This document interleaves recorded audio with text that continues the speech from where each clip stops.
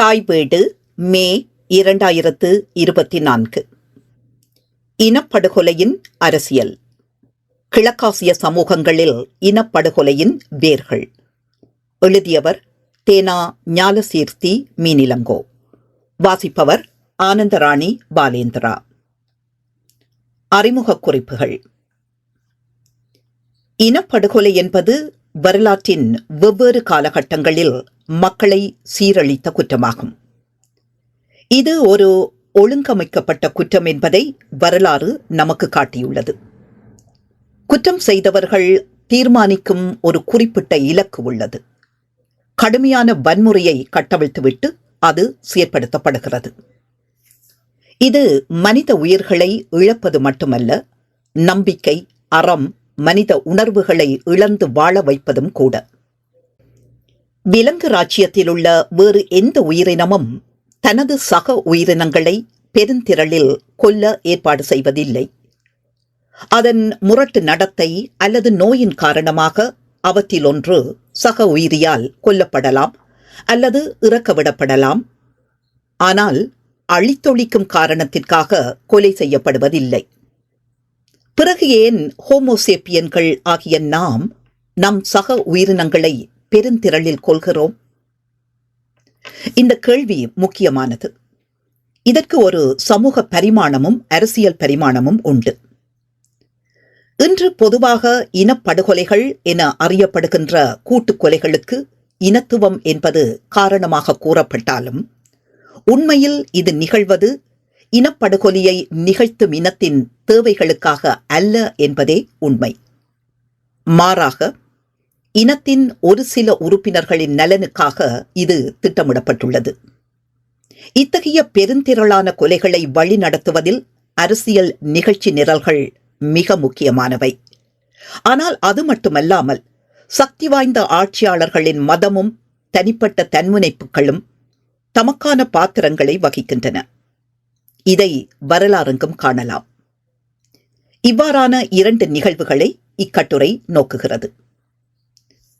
உலகளாவிய அதிகாரத்துக்கான அவாவும் அதற்கான ஆட்சியாளர்களின் போட்டியும் தென்கிழக்காசிய வம்சங்களின் ஆரம்பகால நவீன ராச்சியங்களான வியட்நாம், கம்போடியா, பர்மா, தாய்லாந்து ஆகிய இடங்களில் மெதுவாக இன அரசியல் ஒருங்கிணைப்பை வளர்த்தன.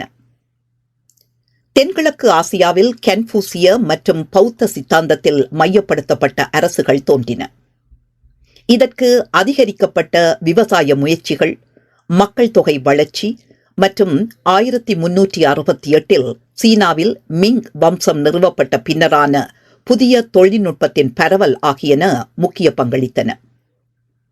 இவை அனைத்தும் இப்பகுதிக்கு இதற்கு முன்னர் கிடைத்தராத அளவு செல்வத்தையும் புதிய பிராந்திய விரிவாக்கத்தையும் இன மோதல்களையும் கொண்டு வந்தன.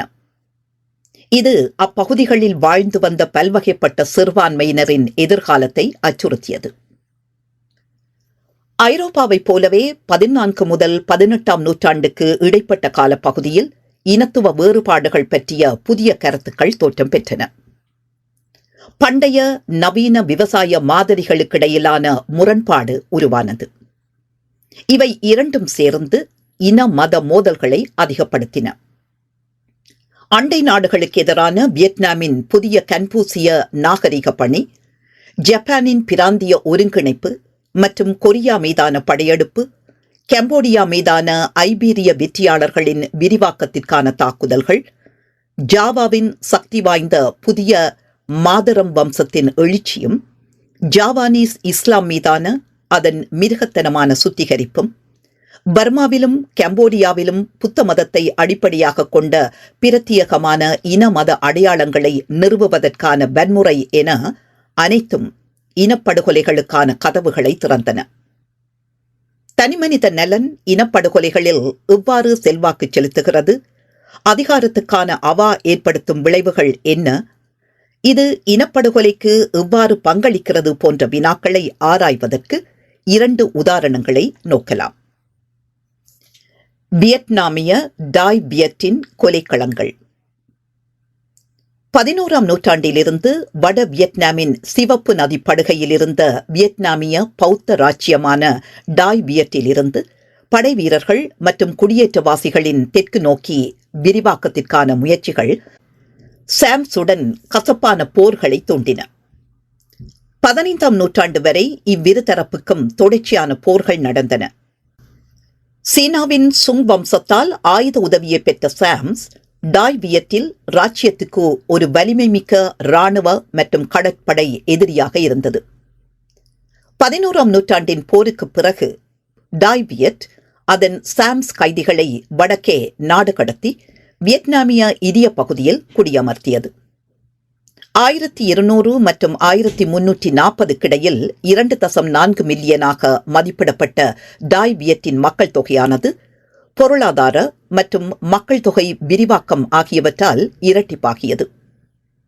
14ஆம் நூற்றாண்டில் நில எல்லையில் ஏற்பட்ட அழுத்தங்களுடன் தேசங்களுக்கு இடையேயான மோதல்கள் அதிகரித்தன.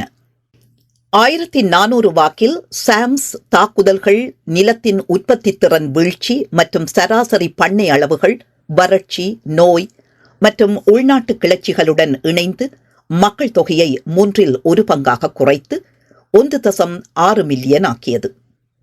இதன்போது கொல்லப்பட்டோர் குறித்த விரிவான குறிப்புகள் இல்லை. சாம்ஸ் படைகள் 1360 முதல் 1390 வரை டாய் வியட் மீது மீண்டும் மீண்டும் படையெடுத்தன. 1368 சீனாவில் மிங் வம்சத்தின் வருகை ஒரு இராணுவ புரட்சிக்கு வழிவகுத்தது. சீன படைகள் இப்போது ஆரம்ப நவீன உலகில் மிகவும் மேம்பட்ட துப்பாக்கிகளை வைத்திருந்தன. 14ஆம் நூற்றாண்டின் பிற்பகுதியிலிருந்து புதிய ஆயுதங்கள் தென்கிழக்கு ஆசியாவின் பிரதான நிலப்பகுதிக்கு பரவியது. குறிப்பாக டாய் வியட் அதன் படைகள் நவீன தொழில்நுட்பத்தை விரைவாக பெற்று தேர்ச்சி பெற்றனர். இது போர் சமநிலையை மாற்றியதோடு இறப்புகளையும் பன்மடங்கு அதிகரித்தது. 1380களில் வியட்நாமிய டாய் வியட் ராச்சியமானது தமது பழங்குடி சிந்தனையை நவீனத்துவத்துடன் இணைக்கத் தொடங்கிய வியட்நாமிய அறிவார்ந்த கண்ணோட்டம் இப்போது மேலும் வீரியமாகவும் லட்சியமாகவும் வளர்ந்தது. இது தொடர்ச்சியான வன்முறை சுத்திகரிப்புகளுக்கு வழி செய்தது. இதற்கு கன்ஃபூசியஸ் தத்துவங்கள் மீதான வியாக்கியானங்கள் பயன்பட்டன. டாய் வியட் அரசு வலுப்பெற்றதால் ஏற்கனவே மோதல் தொடங்கியிருந்தது. அதன் படைகள் 1446 சாம்ஸ் தலைநகரான விஜயாவை கைப்பற்றி சூறையாடின. வியட்நாமியர்கள் சாம்ஸ் மன்னரை கைப்பற்றி ஹனோய்க்கு அழைத்துச் சென்றனர். பின்னர் 1450 மீண்டும் சாம்ஸ் மீது படையெடுத்து 33,500 கைதிகளை அழைத்துச் சென்றனர். இராணுவ தொழில்நுட்பத்தில் டாய் வியட்டை விட பின்தங்கியிருந்த சாம்ஸ் இன்னும் துப்பாக்கிகளை வைத்திருக்கவில்லை. இந்நிலையில் சாம்ஸ் சீனாவின் உதவியை நாடியது. 1467 சீனா நவீன ஆயுதங்களை சாம்ஸுக்கு தர சம்மதித்தது. இந்நிலையில் 1469 மீண்டும் போர் மூண்டது. ஆயுதங்கள் இருந்தபோதும் சிறிய படையை கொண்டிருந்த சாம்ஸ் தோல்வியை தழுவியது. சாம்ஸ் தலைநகருக்குள் நுழைந்த வியட்நாமிய படைகள் 40,000 60,000 சாம்ஸ்களை வாளிற்கு இரையாக்கியதாக பதிவுகள் கூறுகின்றன. சாம்ஸ் அரச குடும்பத்தைச் சேர்ந்த 50 பேரை வியட்நாமியர்கள் கைப்பற்றினர். வியட்நாமியர்கள் அரச குடும்பத்தையும் 20,000 தொடக்கம் 30,000 கைதிகளையும் வடக்கே நாடு கடத்தினார்கள். சாம்ஸ் அரசரது தலை துண்டிக்கப்பட்டது. அரச குடும்பத்திற்கு ஹனோய் அரண்மனைக்கு அருகில் குடியிருப்புகள் ஒதுக்கப்பட்டன.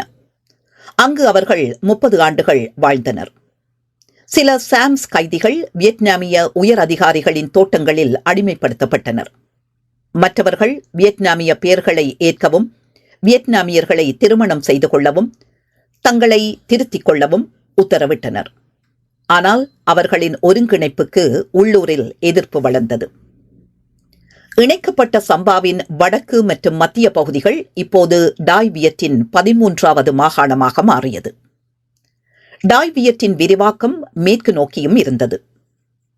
1448ஆம் ஆண்டில் வடகிழக்கு லாவோஸில் உள்ள ஜார்ஸ் சமவெளி பகுதி டான் வியட்டுடன் இணைக்கப்பட்டது. 1471 இந்த பிரதேசம் டாய் வியட்டின் மாகாணமாக மாற்றப்பட்டது. 1479 புவான் சாம்ராஜ்யம் மற்றும் லாவோ ராச்சியமான லான்சாங்கிற்கு எதிராக ஒரு புதிய போரை டாய் வியட்டின் பேரரசர் தொடங்கினார். 1479 இலையுதிர் காலத்தில் 180,000 டாய் வியட் படைகள் மேற்கு நோக்கி அணிவகுத்து சென்றதாக வியட்நாமிய குறிப்புகள் உண்டு. இந்த போரில் உயிரிழப்பு அதிகமாக இருந்தது. வியட்நாமிய பதிவுகள் முயாங் புவான் பகுதியில் இருந்த 90,000 குடும்பங்களில் 70,000 பேர் பட்டினியால் இறந்தனர். செப்டம்பர் 1480 அளவில் சீன உளவாளிகளின் கூற்றுப்படி டாய் வியட் படைகள் லான்சாங்கின் முக்கிய பிரதேசங்களை கைப்பற்றி 20,000க்கும் மேற்பட்ட லாவோ மக்களை கொன்றனர். அவர்கள் எதிர்ப்பை தோற்கடித்து மேல் ஐராவதி நதி வரை முன்னேறினர். சுருக்கமாக அவாவின் பர்மிய ராச்சியம் மீது படியெடுத்தனர். 1484 பிற்பகுதியில் லான்சாங்கில் இருந்து வெளியேற்றப்பட்ட பின்னரே வியட்நாமிய படைகள் டாய் வியட் பக்கம் பின்வாங்கின. தென்கிழக்கு ஆசியாவின் வடக்கு பெருநிலப்பரப்பில் டாய் வியட் சாம்ராஜ்யத்தின் திடீர் எழுச்சியானது பெருந்தொகையான மக்களின் கொலையோடு இணைந்தது. ஆசியாவின் பெரும் கொலைகள் ஒவ்வொன்றும் ஏதோ ஒரு வகையில் அதிகார ஆசையோடும் ராச்சிய விரிவாக்கத்தோடும் பின்னி பிணைந்தவை. அதிலும் குறிப்பாக இனத்துவ வேறுபாடுகள், சித்தாந்த முரண்பாடுகள் அக்கொலைகளுக்கான உந்துதலாக இருந்திருக்கின்றன. அண்டை நிலப்பரப்புகளை கைப்பற்றி ஒரு சாம்ராஜ்யமாக டாய் வியட் வளர்ந்த போதும் ஆட்சியில் உத்தியோகபூர்வ இனப்பாகுபாடு அதிகரித்தது. 1499 ஆண்டில் வியட்நாமியர்கள் சாம்ஸ் பெண்களை திருமணம் செய்வதை தடை செய்தது. இந்த உத்தரவு டாய் வியட்டின் உள் நெருக்கடியின் பிரதிபலிப்பாகும். சாம்ஸ் இளவரசர் தப்பித்து தந்தையின் வாரிசு என்று தன்னை அறிவித்துக் கொண்டார். 1505 டாய் வியட்டில் உள்ளக சதி நடந்தது. தனது பாட்டி மற்றும் 2 அமைச்சர்களை கொன்று பிசாசு ராஜா என்று அறியப்பட்ட லியூ முக் அதிகாரத்துக்கு வந்து உறுதியற்ற சகாப்தத்துக்கு வழிவகுத்தார். வியட்நாமிய தோட்டங்களிலுள்ள சாம்ஸ் அடிமைகள் தெற்கே பெருமளவில் தப்பிச் சென்றனர். எஞ்சியிருந்தவர்கள் அவநம்பிக்கை அடைந்தனர். இறுதியாக 1509 ஆண்டில் ஒரு சதி திட்டத்தை அவர்கள் அரங்கேற்றினர். அதையடுத்து தலைநகரின் சுற்றுப்புறத்தில் தங்கியிருந்த அனைத்து சாம்ஸ் மக்களையும் படுகொலை செய்ய அரசர் கட்டளையிட்டார். 1509 ஆண்டின் 8வது மாதத்தில் காவலில் இருந்த சாம்ஸ் கைதிகள் அனைவரும் தூக்கிலிடப்பட்டனர். 1471 முதல் 1509 வரை சாம்ஸுக்கு எதிராக இனப்படுகொலை கொள்கைகளை இடைவிடாமல் பின்பற்றிய அதே நேரம் டாய் வியட் தனது எல்லையை பரந்த அளவில் விரிவுபடுத்தியது. இதன் போதும் ஏராளமான பொதுமக்கள் கொல்லப்பட்டனர். 27 சாம்ஸ் பிரதேசங்களில் 22 முழுமையாக கைப்பற்றி ஏனையவற்றை மறைமுக கட்டுப்பாட்டுக்குள் கொண்டு வந்தது டாய் வியட். ஆனால் வெற்றியின் பின்விளைவு முரண்பாடாக இருந்தது. அதன் புதிய தொலைதூர பிரதேசங்களை நிர்வகிப்பதில் உள்ள சிரமம் காரணமாக 16ஆம் மற்றும் 17ஆம் நூற்றாண்டுகளில் டாய் வியட் பிரிந்தது. வடக்கு வியட்நாமிய இதய பகுதி தெற்கு எல்லைப் பகுதியின் கட்டுப்பாட்டை இழந்தது. இவ்வாறு மெதுமெதுவாக டாய் வியட் நெருக்கடிக்கு ஆளாகியது. இந்த நெருக்கடியும் இனத்துவ முரண்பாடுகளை அதிகரித்து இன்னும் பல்லாயிரக்கணக்கான உயிர்களை காவு வாங்கியது. ஜப்பானிய ஒன்றிணைவும் கொலையால் களமாடலும். 1467 ஆண்டு முதல் ஜப்பானை உலுக்கிய உள்நாட்டுப் போர்களில் பல லட்சக்கணக்கான மக்கள் இறந்தார்கள். இந்த உள்நாட்டுப் போர்களில் போராடும் படைகளை தோற்கடிக்க ஒரு மிருகத்தனமான இராணுவ இயந்திரம் தேவைப்பட்டது. ஜப்பான் 120 பிராந்திய களங்களாக பிரிக்கப்பட்டிருந்தது. இது நாட்டின் பெரும்பகுதியில் பேரரசரின் செல்வாக்கை மறைத்தது. பிராந்திய நில பிரச்சினைகளை தீர்ப்பதற்கும் சொத்துக்களை ஒதுக்குவதற்கும் வரி விதிப்புகளை ஒத்திவைப்பதற்கும் தங்கள் அதிகாரத்தை பயன்படுத்துவதன் மூலம் மாகாண நில உரிமையாளர்களிடையே போட்டிப்படைகளை அரசர் நியமித்தார். பௌத்த பிரிவுகளும் பரந்த நில உடைமைகளையும் கோட்டைகளையும் படைகளையும் கொண்டிருந்தன. அப்போது போர்த்துகீசிய கப்பல்கள் ஜேசுட் மிஷனரிகளை தெற்கு ஜப்பானுக்கு கொண்டு வந்தன.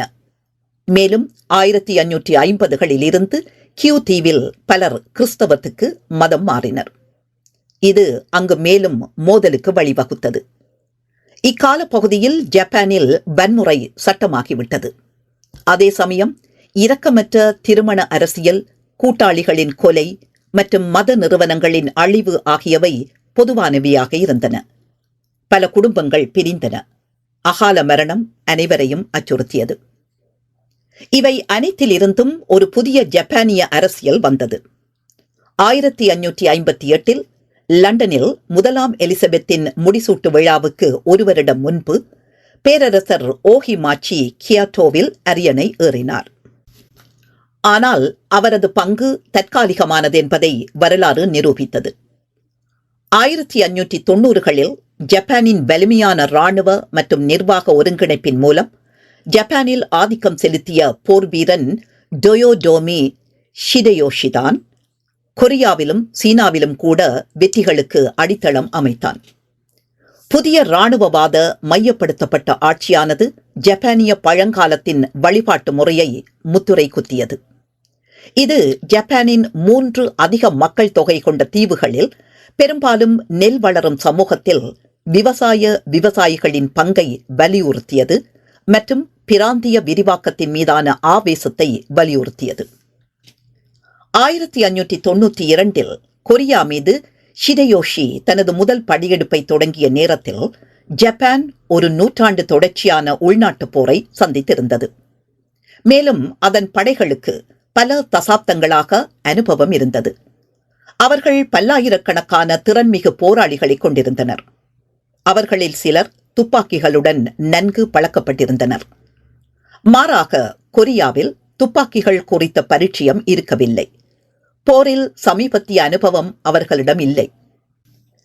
ஒரு மிருகத்தனமான இராணுவவாதம் ஜப்பானை ஒன்றிணைப்பதில் வெற்றி பெற்றவுடன் கொரியாவில் பேரழிவு வன்முறைக்கு மேடை அமைக்கப்பட்டது. ஜப்பானிய ஒருங்கிணைப்பு 1567 ஆர்வத்துடன் தொடங்கியது. தமது களத்தை விரிவுபடுத்தவும், ஒரு வாளின் கீழ் அரசை ஒழுங்குபடுத்தவும் பயங்கரவாதத்தின் ஆட்சி உருவாக்கப்பட்டு எதிரிகள் அழித்தொழிக்கப்பட்டனர். இது ஜப்பானை ஒருபோதும் மறக்க முடியாத இரத்த களறியில் மூழ்கடித்தது.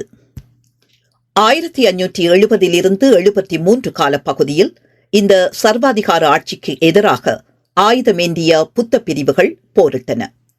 ஹாங் கஞ்சி துறவிகளுக்கு எதிரான போரை பற்றி ஹிடயோஷி இவ்வாறு எழுதினார்: நாம் அவர்களை பிடித்தோம், அவர்களை வெட்டினோம், பலரது அவயவங்கள் எடுக்கப்பட்டன. எத்தனை பேர் உயிரிழந்தனர் என்று எனக்கு தெரியாது. எங்களின் இறுதி பழிவாங்கலுக்காக நாங்கள் ஹச்சிமானில் காத்திருக்கிறோம். நாங்கள் பின்தொடர்ந்து அவர்களை நசுக்கினோம். இறந்தவர்களின் தலைகளை எடுத்தோம். மற்றவர்களை நாங்கள் ஏரிக்குள் விரட்டி அடித்தோம். ஜப்பானின் ஆயுதமேந்திய பௌத்த துறவியின் அரசியல் இராணுவ சக்திக்கு எதிராக ஹிடயோஷி உறுதியான போரை தொடக்கியதால் மிருகத்தனங்கள் அதிகரித்தன. எதிர்ப்புரட்சியாளர்களுக்கு அடைக்கலம் கொடுத்த பௌத்த மடாலயங்கள் முழுமையாக சூறையாடப்பட்டு அழிக்கப்பட்டன. இந்த போரில் மடாலயங்களில் இருந்த நூலகங்களும் தீக்கிரையாக்கப்பட்டன. இந்த தாக்குதலில் ஹிடயோஷியின் இராணுவம் ஜப்பானின் 3 புனிதமான புத்த நிறுவனங்களில் ஒன்றின் நூற்றுக்கணக்கான கட்டடங்களை அழித்தது. மேலும் பல ஆயிரம் துறவிகளை எரித்து படுகொலை செய்தது. ஹிடயோஷியின் வீரர்கள் கைப்பற்றிய வேலைக்காரர்கள், காமக்கிழத்திகள் மற்றும் குழந்தைகள் என அனைவரும் கொல்லப்பட்டனர். இது குறித்த ஒரு வரலாற்று குறிப்பு இந்நிகழ்வுகளில் ஒன்றை இவ்வாறு விவரிக்கிறது: மடாலயங்கள் முற்றிலும் சாம்பலாக்கப்பட்டதை பார்ப்பது பரிதாபமாக இருந்தது. பல ஆயிரம் சடலங்கள் சிதறி கிடந்தன. பௌத்த சட்டத்தின் அழிவை கண்கூடாக கண்டோம். இனி வரவுள்ள ஏகாதிபத்திய சட்டம் என்ன செய்யும் என்பதை பொறுத்திருந்து காண்போம். 1573 ஹிடயோஷி கியோட்டோ மற்றும் சாகாய் துறைமுகத்தை கைப்பற்றினார். அவர் தலைநகரின் 8 நூற்றாண்டுகள் பழமையான அரசியல் மையத்தை எரித்து அழித்தார். அதன் பல மடங்களை இடித்துவிட்டு புதிய அரண்மனைகளை நிர்மாணிப்பதற்காக கியோட்டோ மற்றும் சுற்றுப்புறங்களில் உள்ள அனைத்து கேட் சிலைகளையும் உடைத்தார். அப்போது தலைநகரின் பழைய தெய்வ உருவச் சிலைகள் கழுத்தில் கயிறுகளால் தெருக்களின் சேற்றில் இழுத்துச் செல்வதை பார்ப்பது ஒரு பொதுவான காட்சியாக இருந்தது.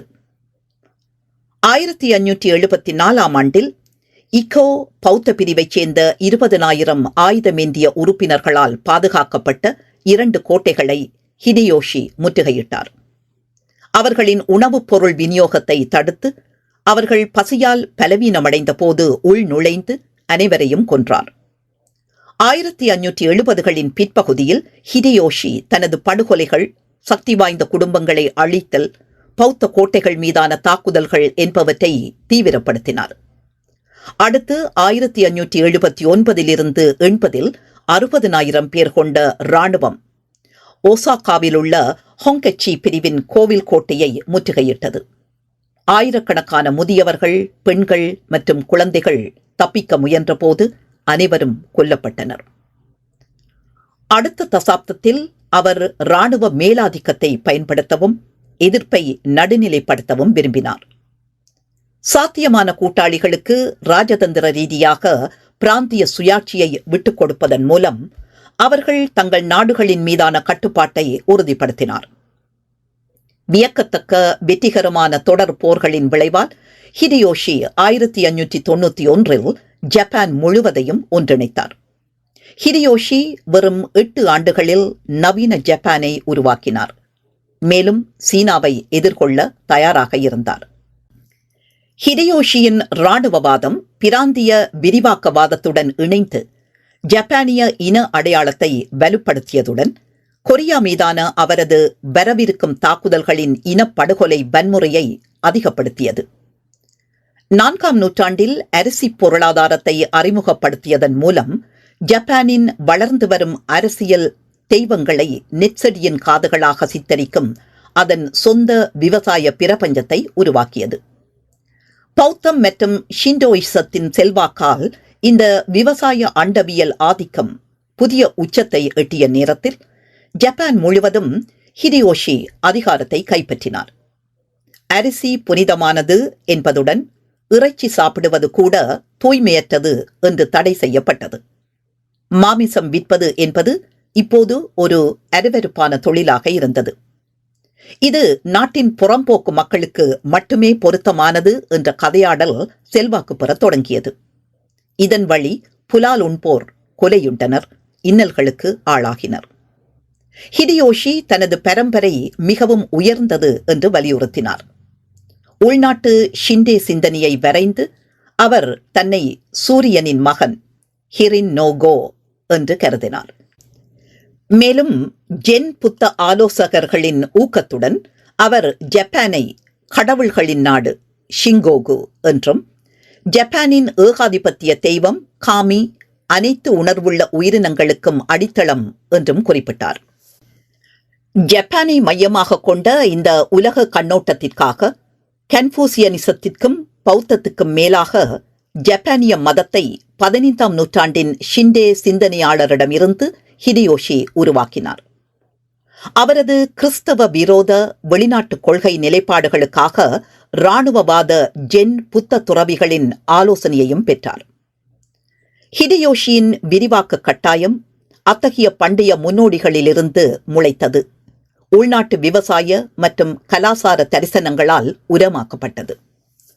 அவரது இறுதி ஆண்டுகள் ஜப்பானிலும் அதற்கு அப்பாலும் அதிகரித்து வரும் வன்முறையை ஊக்குவித்தன. கொரியா மற்றும் சீனாவை கைப்பற்றுவது மரியாதை மற்றும் புகழுக்கான கூடுதல் தேடலாக ஹிடேயோஷி கருதினார். கொரிய தலைவர்களால் ஹிடேயோஷியை புரிந்து கொள்ள முடியவில்லை. 1591ஆம் ஆண்டின் நடுப்பகுதியில் ஹிடேயோஷி படையெடுப்பதற்கான தயாரிப்புகளை தொடங்கினார். கொரியா நிச்சயமாக சீனாவை விட எளிதான இலக்காக தோன்றியது. அது துப்பாக்கிகள் இல்லாத பூசன், டோங்னே மற்றும் ஹிம்ஹே ஆகிய 3 நகரங்களை மட்டுமே சுவர்களாக கொண்டிருந்தது. ஆனால் கொரியா தொழில்நுட்பத்தில் மேம்பட்டது. ஜப்பானை விட பண்பாடு அல்லது சாகுபடியில் பெரிதாக இருந்தது. நன்கு படித்த கொரியர்களால் 1324ஆம் ஆண்டிலேயே உலோக வகை அச்சிடலை கண்டுபிடித்ததுடன் உயர்தர மட்பாண்டங்களை உற்பத்தி செய்தது. ஆனால் பெரும்பாலான மக்கள் நெல் விவசாயிகள் அல்லது மீனவர்கள். அவர்கள் சிறந்த மாலுமிகளை உருவாக்கினர். இராணுவ கைவினைஞர்களின் திறன் அதிகமாக இருந்தது, ஆனால் உற்பத்தி அளவு குறைவாக இருந்தது. மே ஜூன் 1592 சுமார் 150,000 ஜப்பானிய படைகள் கொரியாவில் தரையிறங்கின. ஜப்பானியர்கள் கொரிய படைகளை அழிக்க முயன்றனர். படுகொலைகள் பெருகின. ஜப்பானியர்கள் மே 25 அன்று சில மணி நேரங்களில் பூசானை கைப்பற்றினர். அவர்கள் 8000 தலைகளை எடுத்து எதிர்ப்பு அடையாளம் காட்டிய ஒவ்வொருவரையும் வாழ்முனையில் நிறுத்தினார்கள். 2 நாட்களுக்கு பிறகு கொனிஷி 20,000 கொரிய படைகளால் பாதுகாக்கப்பட்ட டோங்னேயை தாக்கினார். அங்கு 5000 பேர் கொலையுண்டனர். மறுநாள் 20,800 பேர் கொண்ட பிரிவு பூசானில் தரையிறங்கியது. மே 31 அன்று 3000 கொரியர்களை வாளில் வீழ்த்தி பூசான் கைப்பற்றப்பட்டது. அதே நாளில் 12,000 பேர் கொண்ட 3வது பிரிவு கிம்ஹேயை தாக்கி 8000 பேரை கொலை செய்தது. அத்தோடு சிஷியுவில் ஆயிரக்கணக்கானவர்களை கொன்றது. 3 ஜப்பானிய பிரிவுகள் 3 வாரங்களில் 20,000 கொரிய வீரர்களை கொன்றன. ஜப்பானிய படைகள் சீன எல்லையை நோக்கி வடக்கே அணிவகுத்து ஜூலை நடுப்பகுதியில் பியாங்கியாங்கிற்கு அருகே 50,000 முன்கூட்டிய படையை திரட்டினர். 5 ஜப்பானிய காலாட்படையின் 4 பிரிவுகளை ஜப்பானிய துறைமுகமான நகோயாவிலிருந்து நேரடியாக பயணம் செய்யும் பல நூறு கப்பல்களில் அனுப்பி கொரியாவின் மையத்திலும் தெற்கிலும் பயிர்களையும் வீட்டுத் தோட்டங்களையும் அழிப்பதன் மூலம் தனது வடக்கு பகுதியை வலுப்படுத்த திட்டமிட்டார். ஆனால் புத்திசாலித்தனமான அட்மிரல் யி சன்சியினால் கட்டளையிடப்பட்ட கொரிய கடற்படையை அவர் தவறாக மதிப்பிட்டார். யி சன்சின் பலமிக்க கவசத்தை கொண்ட ஆமை கப்பல்களை வடிவமைத்திருந்தார். இவையே முதல் இரும்பு போர்வை போர்க்கப்பல் ஆகும். இவை வேகமான சூழ்ச்சி செய்யக்கூடிய கப்பல்களாக இருந்தன. அதன் படகோட்டிகள் வினைத்திறனாக வேகமாக தலைகீழாக செலுத்தி பின்தொடர்பவர்களை ஆச்சரியத்தில் ஆழ்த்தினர். ஜூன் 1592 கொரிய கடற்படை 2 மோதல்களில் 40 ஜப்பானிய கப்பல்களை மூழ்கடித்து எரித்தது. யி பின்னர் 700 வீரர்கள் மற்றும் அவர்களது குழுவினரை ஏற்றிச் சென்ற ஒரு ஜப்பானிய படையை அழித்தார். 26 போர்க்கப்பல்களால் அழைத்துச் செல்லப்பட்ட ஒரு விநியோக தொடரை கைப்பற்றினார். மேலும் பல ஜப்பானிய கப்பல்களை மூழ்கடித்தார். ஜூலை நடுப்பகுதியில் ஹன்சன் தீவில் ஒரு வெற்றிகரமான மோதலில் யியின் கடற்படை மேலும் 71 போர்க்கப்பல்களை மூழ்கடித்தது. அதன் பிறகு கடல் மிகவும் சிவப்பாக இருந்தது. அவர் அதே நாளில் தனது மோதல்களை பின்தொடர்ந்தார். மேலும் 48 ஜப்பானிய கப்பல்களை எரித்தார் மற்றும் ஹிடேயோஷியின் மீதமுள்ள கடற்படையை மீண்டும் ஜப்பானுக்கு விரட்டியடித்தார். 1592 டிசம்பரில் மட்டும் 10 போர்களில் யியின் கடற்படை 400 ஜப்பானிய போர்க்கப்பல்களை மூழ்கடித்தது. ஆக்கிரமிக்கப்பட்ட கொரியா முழுவதும் கொரில்லா எதிர்ப்பு முளைத்ததால் கொலைகள் அதிகரித்தன. 22,000 கொரிய விவசாயிகள் ஜப்பானிய படைகள் தங்கள் வீடுகளையும் நெல் வயல்களையும் சூறையாடிய பிறகு பட்டினி கிடப்பதை விட போராட விரும்பினர். அவர்கள் 84,500 வீரர்களை கொண்ட எஞ்சியிருந்த கொரிய படைகளில் சேர்ந்தனர். 10,000 ஜப்பானிய வீரர்கள் கொரிய கோட்டையான சின்ஜுவை தாக்கிய போது அவர்களில் கிட்டத்தட்ட 5,000 பேர் வீழ்ந்தனர். ஆக்கிரமிப்பு கிட்டத்தட்ட சரிந்துவிட்டது. ஜப்பானிய படைகள் தங்கள் மிருகத்தனமான போரை இனப்படுகொலை மோதலாக மாற்றுவதன் மூலம் பதிலளித்தன. 5,000 சீனர்களை கொண்ட ஒரு முன்கூட்டிய குழு பியாங்கியாங்கிற்கு அணிவகுத்தது. ஆனால் ஜப்பானியர்கள் பதுங்கியிருந்து அவர்களில் 3,000 பேரை கொன்றனர். ஜனவரி 1593 50,000 பேரை கொண்ட சீன பிரதான படை குதிரைப்படை மற்றும் பீரங்கிகளுடன் யாலுவை கடந்தது. ஜப்பானியர்களை பியாங்கியாங்கிலிருந்து தெற்கு நோக்கி ஓட்டிச் சென்று அவர்கள் கொனிஷியின் படைகளில் 2,300 பேரை கொன்றனர். பின்வாங்கிய ஜப்பானியர்கள் சியோலுக்கு தீ வைத்தனர். தலைநகரில் இருந்த அனைத்து சீனர்களையும் கொன்று கோட்டைகளுக்கு வெளியே உள்ள அனைத்து வீடுகளையும் எரித்ததாக ஒரு ஜப்பானிய அறிக்கை செய்தனர். ஒரு கொரிய ஆதாரம் அவர்கள் நகரின் கொரிய ஆண் மக்களையும் கொன்று குவித்ததாக தெரிவிக்கிறது. சீன தாக்குதல்காரர்கள் சியோலுக்கு வெளியே கிட்டத்தட்ட 10,000 படைகளை கொன்றனர். பதிலளித்த ஜப்பானியர்கள் சின்ஜுவை தாக்கி அங்குள்ள அனைத்து மக்களையும் படுகொலை செய்தனர். இதைத் தொடர்ந்து படுகொலைக்கு தூண்டப்பட்ட ஜப்பானியர்கள் 60,000க்கு மேற்பட்ட கொரியர்களை கொன்றனர். உள்நுழைந்த சீன தளபதி கொரியாவின் கிராமப்புற பகுதிகள் போர் மற்றும் பெருந்திரள் கொலைகளால் சிதைந்து கிடப்பதை கண்டார். தனது அனுபவத்தை அவர் இவ்வாறு எழுதுகிறார். நாடு முழுவதும் தரிசாக கிடந்தது. ஒரு பெரிய பஞ்சம் கொரியர்களின் முகத்தை உற்று பார்த்தது. சியோல் தெருவில் ஒரு சிறு குழந்தை இறந்த தாயின் மார்பிலிருந்து பால் உறிஞ்ச முயற்சிப்பதை கண்டேன். மனம் பதைத்தது. பசித்த மனிதர்கள் ஒருவரையொருவர் சண்டையிட்டுக் கொண்டனர். வெற்றியாளர்கள் தோற்கடிக்கப்பட்டவர்களை உண்கின்றனர். எலும்புகளிலிருந்து மச்சியை உறிஞ்சினர். ஒரு காய்ச்சல் தொற்று நோய் தாக்கியது. அதில் பலியானவர்களின் சடலங்கள் சாலை முழுவதும் கிடந்தன. ஒருவரின் தலை மற்றொருவரின் மார்பில் தலையணியாக இருந்தது. சியோலிலும் அதனை சூழவுள்ள பிரதேசங்களிலும் உள்ள இறந்த உடல்கள் வாட்டர்மவுத் கேட்டிற்கு வெளியே குவியல்களாக குவிக்கப்பட்ட போது அவற்றின் உயரம் சுவரை விட 10 அடி அதிகமானதாக இருந்தது. ஏற்கனவே ஜப்பானிய படையெடுப்பால் கொரியா சிதிலமடைந்திருந்தது. சீனாவை முழுமையாக கைப்பற்ற ஜப்பானிய படைகளால் இயலவில்லை. இதனால் கோபமடைந்த ஹிடேயோஷி மார்ச் 19, 1597 இரண்டாவது படையெடுப்பிற்கு உத்தரவிட்டார்.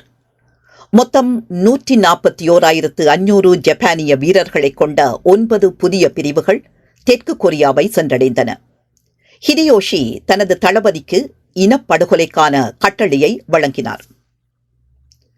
கொரியர்களை ஒவ்வொருவராக கொன்று நாட்டை வெறுமையாக்குங்கள். கொல்லப்படும் அல்லது கைது செய்யப்படும் கொரியர்களின் எண்ணிக்கையின் அடிப்படையில் ஜப்பானிய வீரர்கள் வெகுமதியை பெற்றுக் கொள்வார்கள். இந்த எண்ணிக்கையை காட்ட கொல்லப்பட்ட கொரிய வீரர்களின் மூக்கினை துண்டித்து வைக்கலாம். படைகளுக்கு ஹிடேயோஷி இன்னும் துல்லியமான வழிமுறைகளை வழங்கினார். ஒரு மனிதனுக்கு 2 காதுகள் உள்ளன, ஆனால் ஒரு மூக்கு மட்டுமே. ஒரு மூக்கை வெட்டுவதன் மூலம் நீங்கள் ஒரு தலைக்கு கணக்கு காட்டுகின்றீர்கள்.